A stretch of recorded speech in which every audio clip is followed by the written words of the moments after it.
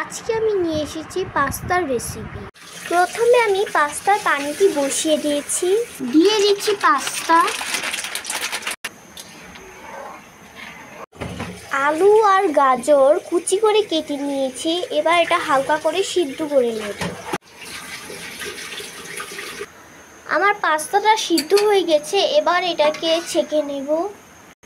ছেঁকে ফেলেছি। এখানে আমি কড়াইটা বসিয়ে নিয়েছি, দিয়ে দিচ্ছি তেল, দিয়ে দিলাম পেঁয়াজ কুচি, আর সাথে দিয়ে দিচ্ছি কাঁচামরিচ, দিয়ে দিচ্ছি ডিম,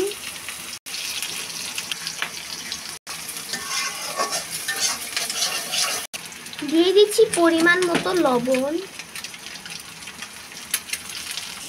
ডিমটাকে ভালো মতো ভেজে নিয়েছি। এবার দিয়ে দিচ্ছি গাজর আর আলু কুচি।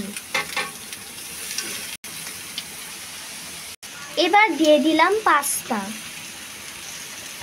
দিয়ে দিলাম ধনিয়া পাতা। তৈরি হয়ে গেল আমাদের পাস্তা।